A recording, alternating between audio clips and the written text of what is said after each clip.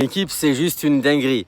Elle, vous la connaissez, c'est Caroline Yadan, cette députée sioniste qui a confondu l'Assemblée nationale française avec l'Assemblée nationale israélienne, la Knesset. Vous le savez certainement, elle avait déposé plainte contre moi pour antisémitisme et j'ai gagné mon procès contre elle.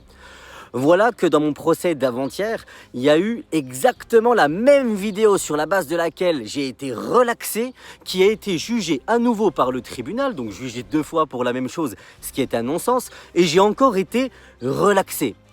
Et voilà que je reçois en mai dernier tout simplement une nouvelle convocation pour septembre, le 10 exactement, pour être jugé une 3e fois alors que j'ai été relaxé 2 fois sur cette vidéo.